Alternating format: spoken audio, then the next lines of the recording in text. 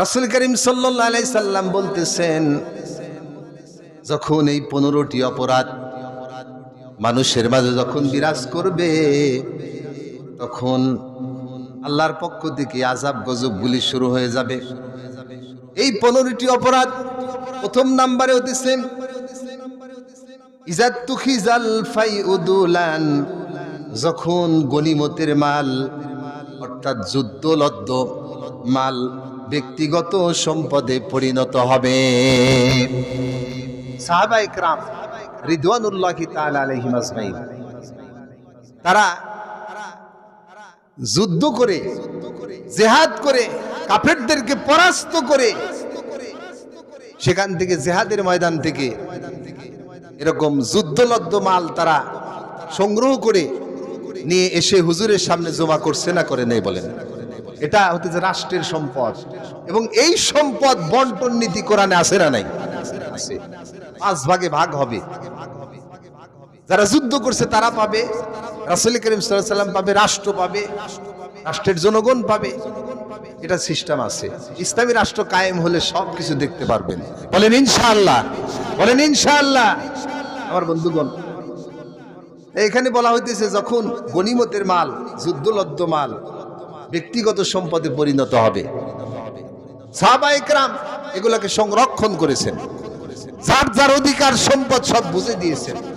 কিন্তু আজকে অবস্থাটা দেখুন, রাষ্ট্রীয় সম্পদ এগুলো কি আমানত হয় না খিয়ানত হয়? বলেন, সবাইকে বলতে হবে আমানত হয় না খিয়ানত হয়?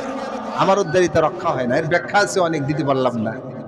2 নম্বরে হতেছে ওয়াল আমানাতু মাগনামান, আমানতের মাল লুটের মালে পরিণত হবে। একটা সংক্ষিপ্ত ব্যাখ্যা আপনাদেরকে দেই, সেটা হলো এই, ধরুন কোন চেয়ারম্যান, কোন মেম্বার, কোন এমপি সাহেব, উপজেলা চেয়ারম্যান, পৌর মেয়র, সিটি মেয়র, সবাই আঞ্চলিক সরকার, এরা হতেছে ছোট সরকার। মেম্বারের ধাপটাই বুঝি শেষ নাকি? হ্যাঁ, মেম্বারের তো একটা ওয়ার্ডের সরকার, অর্থাৎ বড় সরকারের সহযোগী। আমার কথা কি বুঝতেছেন আপনারা? খুব ভালো করে শোনেন, ওয়ার্ডের কথাই বলি। যখন ইউনিয়ন পরিষদ থেকে ওয়ার্ড ভিত্তিক, সাপোজ ধরুন 10 বস্তা চাল আসছে 10 জনের জন্য, চাউল দিয়ে বুঝাই, এই চাউলটা উপর থেকে দিয়েছে এই এলাকার জনগণের জন্য, এই ওয়ার্ডবাসীদের ভিতরে যারা পাবে 10টা বস্তা দিয়েছে 10 জনকে দিয়ে দেওয়ার জন্য, বা এটা ভেঙে 20 জনকে দিয়ে দেওয়ার জন্য, 50 জনকে দিয়ে দেওয়ার জন্য। এখন ধরুন এই 10 বস্তার ভিতর থেকে যিনি ওয়ার্ড ভিত্তিক, যিনি দায়িত্বশীল, সে উপর থেকে নিয়ে আসতেই ওখান থেকে 7 বস্তা মেরে দিল। এরকম হয় কি হয় না? বলেন, হয় না? আমগুলো এলাকায় বুঝি হয় না, এখানে অন্য জায়গায় হয়। হ্যাঁ, তাহলে উপর থেকে দিল আমানত, সেই আমানতের 5 বস্তা, 6 বস্তা, 7 বস্তা মেরে দিল, আর 3 বস্তা লামসাম করে এনে 5 কেজি করে, 10 কেজি করে দিয়ে দিল। একটা জিনিস দিয়ে বুঝাইলাম, এরকম টাকা পয়সা আইসে না? আইসে, অনেক কিছু আইসে, পৃথিবীর পণ্য আইসে। এগুলা কি করতেছে? রাসূল করিম সাল্লাল্লাহু আলাইহি ওয়াসাল্লাম বলতেছেন আল আমানাতু মাগনামান, যখন আমানতের মাল লুটের মালে পরিণত হবে, তখন এই আযাবের জন্য অপেক্ষা করে। নাউজুবিল্লাহ বললেন। 3 নম্বরে হতেছে ওয়াজ যাকাতু মাগরামান, যাকাতকে জরিমানা মনে করা হবে।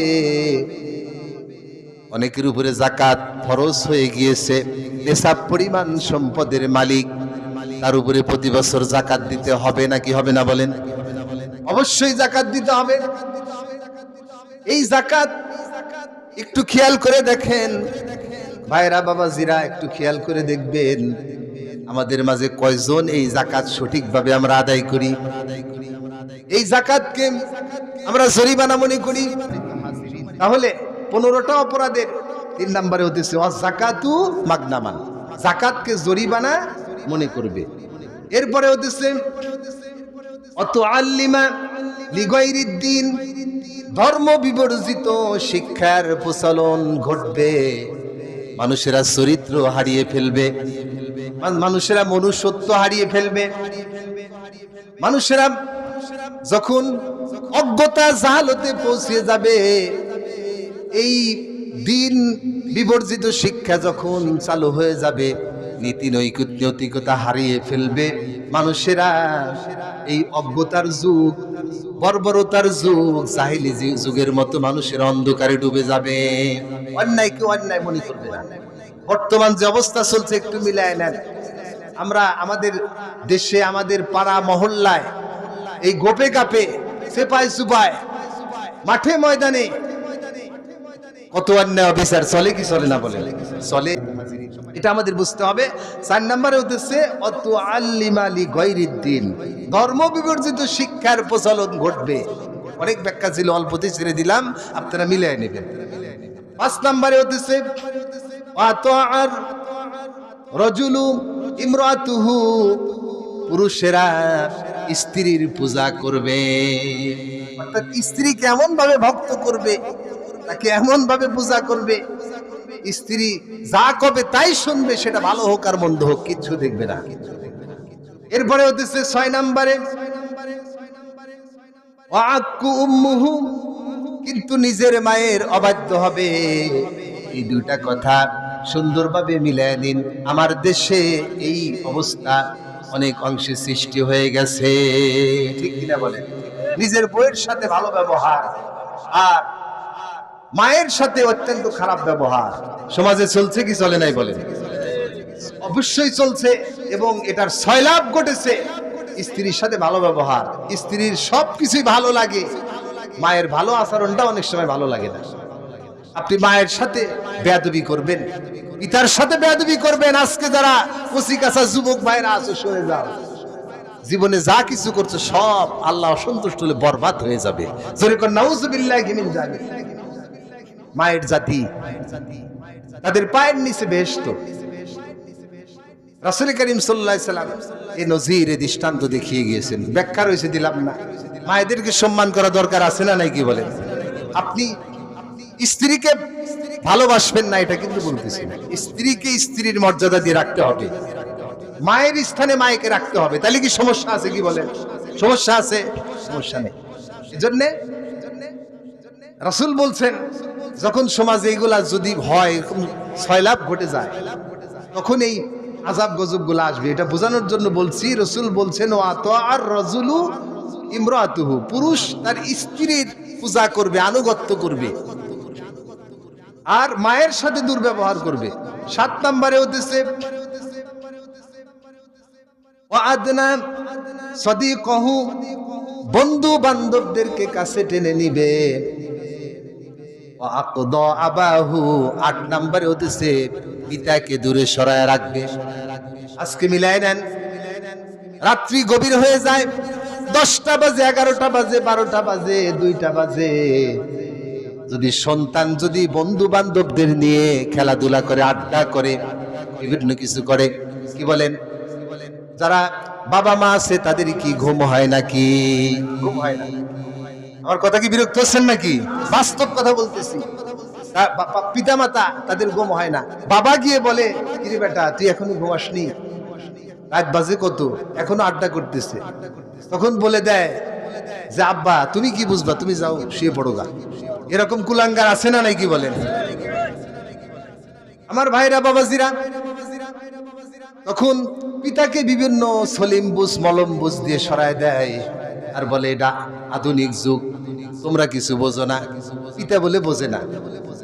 আমার ভাইয়েরা, বন্ধু বান্ধবদের নিয়ে আড্ডা করে, সব রকমের কর্ম করে, বুঝে নেন, ব্যাখ্যা দিতে পারবো না। এরকম অবস্থা যখন চলবে, তখন এই আযাব গজব গুলির আমরা সম্মুখীন হব। 9 নম্বরে হচ্ছে অযহারাতিল আসওয়াতু ফিল মাসাজিদি, মসজিদে কলরব, হট্টগোল করবে। আজকে খেয়াল করে দেখুন, মসজিদের ভিতরে গিয়ে আদব রক্ষা করার কথা বলা হয়েছে। মসজিদের ভিতরে জোরে কথা বলা যাবে না। মসজিদের ভিতরে জোরে কথা বলবে একমাত্র ইমাম। নসিহত করতে গিয়ে, আপনাদের বুঝাতে গিয়ে জোরে কথা বলবে, আস্তে কথা বলবে, নসিহত করবে যেভাবে করা দরকার। কারণ আমাদের জিনিস লিডার, আমাদের যিনি নেতা বিশ্ব নবী জনাবে মুহাম্মদ রাসূলুল্লাহ সাল্লাল্লাহু আলাইহি সাল্লাম, তিনি যখন কথা বলতেন নরম কথাগুলি নম্রভাবেই বলতেন, আর যখন গরম কথা যখন বলতেন তখন তার চেহারা মোবারক রক্তে রঞ্জিত হয়ে গেলে যেরকম ওরকম দেখা যেত। তাহলে কি স্পিড নিয়ে কথা বলছেন আমার ভাইরা, আমার বন্ধুগণ। মসজিদে হট্টগোল, মসজিদে গন্ডগোল, মসজিদে দলাদলি, এরকম অবস্থা আমাদের সমাজে আছে না নাই? অবশ্যই আছে। সভাপতি সাহেব শুক্রবারে নামাজ পড়ে কিন্তু পাকা সুদখোর, এরকম আমাদের সমাজে আছে না নাই? ধর্মনিরপেক্ষতাবাদী মসজিদের সেক্রেটারি মুতাওয়াল্লি আমাদের দেশে অনেক আছে, নাম বলতে চাই না। সভাপতি সাহেব বাড়িতে ম্যাডামের সাথে গন্ডগোল লেগেছে, ম্যাডামের সাথে টানা পড়েন বেজেছে, ম্যাডামের সাথে গন্ডগোল হয়েছে, ওখানে পারে না, কিন্তু ইমাম সাহেব মজ্জিন সাহেব নরম মানুষ, তার উপরে এসে গরম জারে কি জারে না, এরকম হয় আমার ভাইরা। রাসূল করিম সাল্লাল্লাহু আলাইহি সাল্লাম বলছেন যে অযহরাতিল আসওয়াতু ফিল মাসাজিদ, মসজিদে কলরব হট্টগোল দুর্ব্যবহার বেড়ে যাবে। 10 নম্বরে অসাদাতিল কবিলাতু ফাসিকুহুম, যখন গোত্রের নেতা গোষ্ঠীর লিডার আছে না নাকি বলেন, গোত্র আছে না নাই? আগে ছিল গোত্র, এখন ওই গোত্রকে আমরা বলি গোষ্ঠী, তালুকদার গোষ্ঠী, মল্লিক গোষ্ঠী, পরামানিক গোষ্ঠী, খা গোষ্ঠী, আমাদের দেশে আছে না নাকি বলেন, শেখ গোষ্ঠী আছে। এই যে গোত্রের যে লিডার যারা হবে, তারা হতেছে সবচাইতে নিকৃষ্ট ব্যক্তি, পাকা পাপাচারী ব্যক্তি। যত রকমের অন্যায় অবিচার, সুদ ঘুষ দুর্নীতি জেনা ব্যভিচার অবৈধ কিছু যার ভিতরে বেশি আছে, আর সাথে সাথে টাকাও আছে। আমরা বলি যে ওনার টাকা বেশি, ওনাকেই সমাজের নেতা বানানো দরকার। এরকম করি কি করি না বলেন আমার ভাইরা, আমার বন্ধুগণ। তাই এখানে বলতেছে যে পাপাচারীরা যখন গোত্রের নেতা হবে। 11 নম্বরে ওয়াকানা জাইমাল কওমি আরজালাহুম, নিকৃষ্ট লোক সমাজের কর্ণধার হবে। সমাজের আজকে সবাই খারাপ না, ভালো লোক আছে, আছে না নাই বলেন? কিছু কিছু মানে ভালো আছে, আর অধিকাংশই দেখা যাচ্ছে যে নিকৃষ্ট লোকেরা সমাজের আজকে নেতৃত্ব দিতেছে। এই জন্য সমাজ থেকে ন্যায় বিচার, সমাজ থেকে সুশৃঙ্খলতা উঠে গেছে, বিশৃঙ্খলতা বিরাজ করতেছে। ঠিক কিনা বলেন আমার ভাইরা? অত্যন্ত কষ্ট লাগলে কথাগুলো আমার বলতে হচ্ছে, যেটা আমার কথা নয়। সূরা জিলজালের তাফসিরে আমার প্রিয় নবী জনাবে মুহাম্মদ রাসূলুল্লাহ সাল্লাল্লাহু আলাইহি সাল্লামের সেই কথাগুলি, সেই প্রেসক্রিপশনটা আপনাদের সামনে আমি আওড়াচ্ছি, শোনাচ্ছি।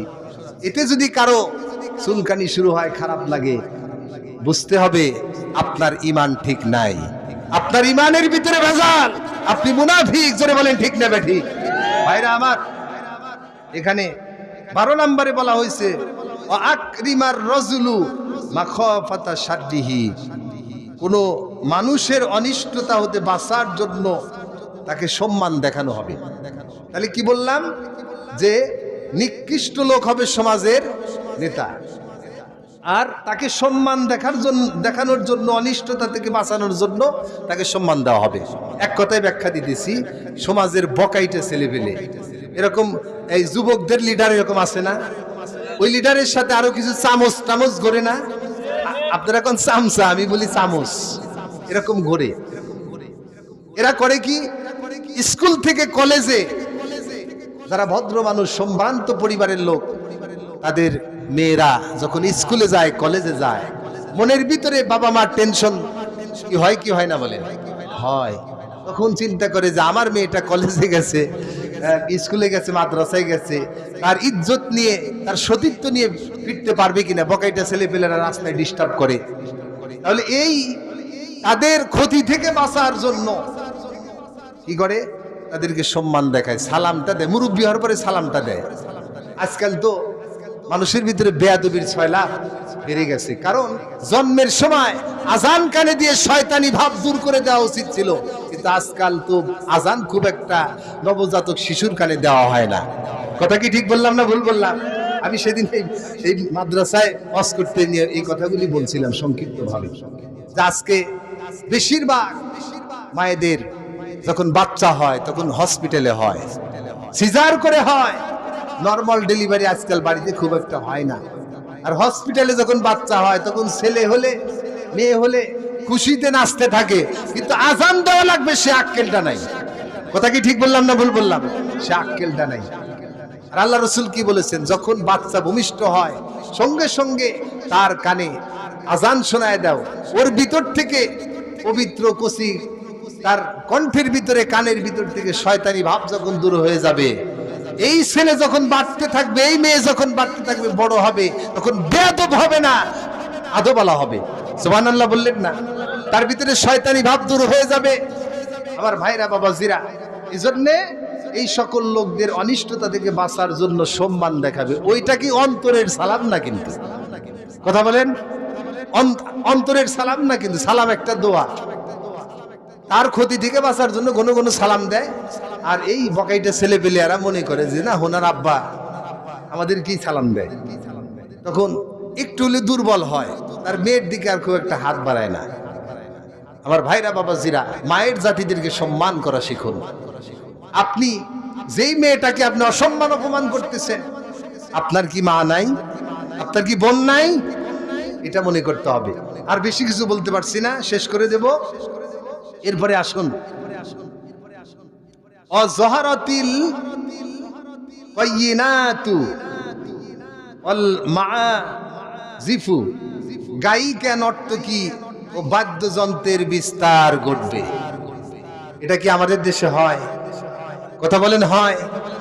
কথা বলছেন না কেন? জোরে কোন হয়? আজকে গান বাজনা বাদ্য বাজনা দিয়ে জর্জরিত, এবং রাস্তা দিয়ে যখন যুবকেরা হেঁটে যায় খেয়াল করে দেখবেন মনে হয় কারেন্টের খাম্বা। এরকম আছে না নাই বলেন?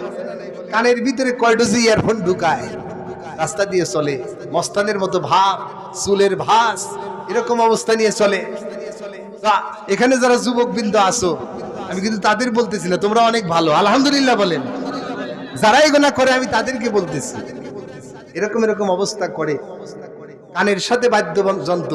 আল্লাহ রসুল বলে গেছেন কিয়ামতের নিকটবর্তী যখন হবে, এই সময় এইরকম বাদ্য বাজনার সয়লাভ হয়ে যাবে। সাউন্ড বক্স চালা দিয়ে মুসলমানের সন্তানরা আজকে নাচে, লজ্জা করে না তোমাদের? নাচে কি নাচে না বলেন? বিভিন্ন দিবস পালিত হয়, তারা নাচ করে, মহিলা এনে নাচায়, নর্তকী এনে নাচায়। তাই আল্লাহ রসুল বলছেন যে 13 নম্বরে জহারাতিল বায়িনাতু ওয়াল মাআজিফ, গায়িকা নর্তকী বাদ্যযন্ত্রের বিস্তার ঘটবে। ওই যে বললাম, উম্মতে মুহাম্মাদীর সৎ কাজের আদেশ, অন্যায় কাজের প্রতিরোধ করতে হবে। আল্লাহ যদি দয়া করে, মেহেরবানি করে যদি ইসলামী হুকুমত কায়েম করার তৌফিক দেয়, মোমেনদের হাতে যদি ইমানদার বান্দাদের যদি ক্ষমতা দেয়, এগুলো সব দূর হবে সমাজ থেকে। তাতে কি আপনারা কি খুশি হবেন না বেজার হবেন? সবাইকে বলতে হবে খুশি হবেন না বেজার হবেন? এর জন্য আপনাদেরকে সহযোগিতা করতে হবে। আল্লাহর জমিনে আল্লাহর হুকুম দিয়ে চললেই তো শান্তি, কি বলেন? আমার ভাইরা, আপনার একটা ফ্যাক্টরি আছে, একটা ইন্ডাস্ট্রিজ আছে, সেই ইন্ডাস্ট্রিজে আপনার নিয়ম অনুযায়ী, আপনার হুকুম অনুযায়ী তো চলবে, এটাই তো নিয়ম। কিন্তু সেখানে যদি অন্যর হুকুম নিয়ম অনুযায়ী চালানো হয়, সেটা কি আপনি মেনে নেবেন? যেরকম মানবেন? আর ওখানে কি শান্তি হবে? কখনোই হবে না। এটা বুঝতে হবে। জমিন আল্লাহ সূর্য দিয়ে আলো দিচ্ছেন, এরপরে বাতাস দিচ্ছেন, জমিনে ফসল ফলায়া ফেরেশতা দিয়ে এগুলো সব পরিচালনা করতেছে। সেই আল্লাহর ইবাদত করতে হবে। আল্লাহর জমিনে ইনিল হুকমু ইল্লা লিল্লাহ, জমিন যার আইন চলবে তার। আলা লাহুল খালক ওয়াল আমর, সৃষ্টি যার আইন চলবে তার। সম্মানিত হাজিরিন, কথা শেষ করি। গায়িকা নর্তকী ও বাদ্যযন্ত্রের বিস্তার ঘটবে। 14 নম্বরে হতেছে অশুরিবাতিল খুমুরু, মদ পান বেড়ে যাবে, মাদকতা বেড়ে যাবে। আমার ভাইরা, আমার বন্ধুগণ, আজকে খেয়াল করে শুনুন, আমাদের সমাজে, আমাদের দেশে মাদকের সয়লাব, ঠিক কিনা বলেন? এই মাদক অনেক রকমের আছে, তরল আছে, শুকনা আছে, ভেজা আছে, ট্যাবলেট আছে, কি বলেন? ওটা কি কি ইয়াবা না ইয়ামাহা কি বলে কোন তো দেখি। আবার ওই যে পুইরা টুইরা খায়, গোপে গাপে সেপাই সুপাই খায়, সব এগুলো মাদক। সব কি মাদক। এই মাদক এর 6 লাভ ঘটবে। 1400 বছর আগে, 1500 বছর আগে আমার রাসূল এগুলো সব বর্ণনা দিয়ে গেছে। আজকে সেগুলোর প্রচলন ঘটতেছে। যাদের দ্বারা ঘটতেছে তারা কত বদনসিব, খারাপ নসিব ব্যক্তি তারা। আমার ভাইরা, আমার বন্ধুগণ, যদি যুবকদের পায়ে হাত রেখে বলি, তোমরা যারা নেশা করো এই নেশাগ্রস্ত থেকে ফিরে আসো। সৌদি আরবে জাহিলি যুগে মদের 6 লাভ ছিল। সৌদি আরবে জাহিলি যুগে, অজ্ঞতার যুগে, বর্বরতার যুগে মদের 6 লাভ ছিল। সেই সময় মদ হারামের আয়াত কিন্তু তখনও নাজিল হয় নাই। সাহাবীরা ইসলামের প্রথম যুগে তারা ওই আগের অভ্যাস অনুযায়ী কিন্তু মদ খাইছে, নিজেরা মদ তৈরি করছে ঘরের ভিতরে। মদের কলসি, এরকম বড় বড় মটকি, এর ভিতরে মদ থাকতো। যখন দেখা গেল যে এরা যে মাদকে আসক্ত, আল্লাহ রাব্বুল আলামিন তিনি ইনডাইরেক্ট আয়াত যখন নাজিল করলেন, ওয়ায়াসআলুনাকা আনিল খামরি ওয়াল মাইসির, হে নবী আপনার কাছে মক্কার লোকেরা জানতে চায় মদ এবং জুয়া সম্পর্কে। আপনি বলেন মদ এবং জুয়া সম্পর্কে যখন জানতে চায়, ওয়ায়াসআলুনাকা আনিল খামরি ওয়াল মাইসির, এই প্রসঙ্গে যখন জানতে চায় তখন আপনি তাদেরকে বলেন উভয়ের ভিতরে উপকারিতা আছে, তবে ক্ষতির দিকটাই সবচাইতে বেশি। যখন এই আয়াত যখন নাজিল হলো, তাফসীরের কিতাবে লেখা হয়েছে, তখন সাহাবীরা কোরআন শুনছেন এবং সঙ্গে সঙ্গে মানছেন। দেখা গেল হাতে লাঠি ছিল, লাঠি দিয়ে বাড়িতে যার যার ঘরে মটকি আছে, কলস আছে, এরপরে ডাম আছে, সব মদ করায় দিল যার যার বাড়ির সামনে। তাফসীরের কিতাবে লেখা হয়েছে এই মদ যখন গড়ায় দিছিল, তখন মদিনার অলিতে গলিতে মদের দ্বারা বন্যা হয়ে গেছিল। কি হয়ে গেছিল? বন্যা হয়ে গেছিল। তাহলে মনে করেন যে কি পরিমাণ মদ করেছিল আমার বন্ধুগণ। এরপরে যখন অনেক সাহাবী মদ ছাড়লেন, পরিশেষে যখন মদ ডাইরেক্ট ভাবে নিষেধ করা হলো, লা তাকরাবুস সালাতা ওয়া আনতুম সুকারা, লা তাকরাবুস সালাতা ওয়া আনতুম সুকারা, এই আয়াত যখন নাজিল হলো, তখন সাহাবীরা মদ পাইকারি দরে 100% ছেড়ে দিলেন। সুবহানাল্লাহ, ছেড়ে দিলেন। তারা মদ ছেড়ে দিলেন। মদ যে পাত্রে থাকে সেই পাত্রগুলিও সরায় ফেললেন, ভাঙে ছেড়ে চুরমার করে ফেললেন। ওটা দেখে মনে পড়ে যাবে, এজন্য সব নিঃশেষ করে দিলেন। মদ ছাড়লো, সবকিছু ছাড়লো, মানুষের ভালো হয়ে গেল। আমার ভাইরা, 15 নম্বরে বলা হয়েছে ওয়ালাআনা আখিরা হাযিহিল উম্মতি আউওয়ালাহা, এই উম্মতের শেষ জামানার লোকেরা তাদের পূর্ববর্তী মনীষীদের অভিশাপ করবে। এলেম নাই, কালাম নাই, কোনো কিছু নাই। পূর্বে যারা বড় বড় আলেম ওলামা ছিল, বড় বড় যারা ইসলামের লেখক ছিল, ইমাম আবু হানিফা রাহমাতুল্লাহের ভুল ধরে, অমুকের ভুল ধরে, তমুকের ভুল ধরে, এরকম ব্যক্তি আছে না নাই বলেন? কিচ্ছু জানে না, উনি হঠা, কিন্তু এরকম ভুল ধরে বসে। আবু হানিফা ভুল করে গেছেন, ইমাম গাজ্জালি ভুল করে গেছেন, অমুকে ভুল ধরে, এরকম তাদের উপরে অভিশাপ দিতে থাকবে। বিশ্বনবী বলেন এই 15টা কাজ যখন সমাজে প্রতিষ্ঠিত হবে, 6 লাভ হয়ে যাবে, তখন তোমরা অগ্নি, বায়ু, ভূমিধস, ভূমিকম্প, চেহারা বিকৃতি ও পাথর বৃষ্টি, এগুলা আলামতের অপেক্ষা করবে, যা একের পর এক নিপতিত হতে থাকবে। যেমন পুরানো পুঁথিমালা তসবিহ ছিঁড়ে গেলে একের পর এক তার পুঁতিগুলি জোরে জোরে পড়তে থাকবে। এটা জামিয়া তিরমিজির হাদিস নম্বর 2211 নম্বর হাদিস। এই হাদিসটা আপনাদের সামনে বর্ণনা করলাম। আপনারা শুধু ভূমিকম্প এটাই দেখতেছেন, করোনা দেখতেছেন, ভূমিধস দেখতেছেন, কিন্তু অপেক্ষায় থাকেন যদি এই পাপ কাজ থেকে ফিরে না আসি, আমাদের চেহারা বিকৃত হয়ে যাবে। পূর্বের জামানার কোন এক নবীর উম্মতদেরকে আল্লাহ রাব্বুল আলামিন দেখিয়ে দিয়েছেন যে এরকম চেহারা মানুষ কিন্তু এক রাতের ভিতরে সব বানর হয়ে গেছিল। আমার ভাইরা, চেহারা বিকৃতি আল্লাহ করতে পারেন কি পারেন না বলেন? ভাইরা আমার, এর থেকে আমাদেরকে বাঁচতে হবে। পাথর বৃষ্টি বর্ষণ হবে, নাউজুবিল্লাহ বললেন না? তাহলে এই যে পাপের দিকে আমরা আগাইতেছি, যদি এর থেকে আমরা ফিরে না আসি, তাহলে অপেক্ষা করেন আল্লাহ কোন সময় আকাশ থেকে পাথর বৃষ্টি বর্ষণ করেন। শিলা বৃষ্টি সহ্য করা পারি না আমরা, পাথর বৃষ্টি যদি বর্ষণ করেন আমরা বাঁচতে পারবো বলেন? আবার এখানে বলা হয়েছে যে অগ্নি বৃষ্টি হবে। এই যে পানির ফোঁটা পড়ে, আল্লাহ যদি ইচ্ছা করে আগুনের টুকরার ফোঁটা নামা দিতে পারে না? পারে। আমার বন্ধুগণ, এখানে কয়েকটা এরকম মানে শাস্তির কথা বলা হয়েছে। যদি আমরা আজকে এই সূরা থেকে শিক্ষা না নেই, আর যদি আমরা এগুলো বর্জন না করি, আল্লাহর ইবাদত না করি, আল্লাহর হুকুম আহকাম প্রতিষ্ঠার চেষ্টা না করি, আল্লাহর আমানত যদি রক্ষা না করি, তাহলে আমাদের উপরে এরকম বিপদ আসবে।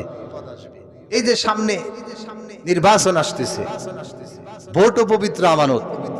কি বলেন? আমানত না? আমানত। এই আমানত যদি কেউ খেয়ানত করি, আল্লাহ কিয়ামতে ধরবেন কি ধরবেন না বলেন? ধরবেন।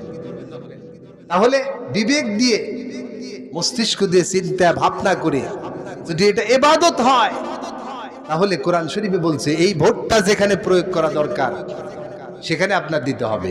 আমাদের দেশে একটা প্রবাদ প্রচলন আছে, সেটা কি? আমার ভোট আমি দিব, যাকে খুশি। এই কথা বলাটাও কিন্তু অপরাধ কোরআন ও হাদিসের দৃষ্টিতে। আমার ভোট আমি দেব, আল্লাহ যেখানে হুকুম করেছেন সেখানে দেব। কথা বলছেন না কেন? এই চিন্তা করতে হবে। এর চেয়ে বেশি কিছু বলতে পারতেছি না। সম্মানিত ভাইরা, আপনাদের সামনে দীর্ঘ টাইম ধরে আপনাদের কষ্ট দিয়ে কিছু মেসেজ আসিল আমার কাছে, সেই মেসেজগুলি তাফসীরুল কোরআনের মাধ্যমে আপনাদেরকে পৌঁছিয়ে দিলাম।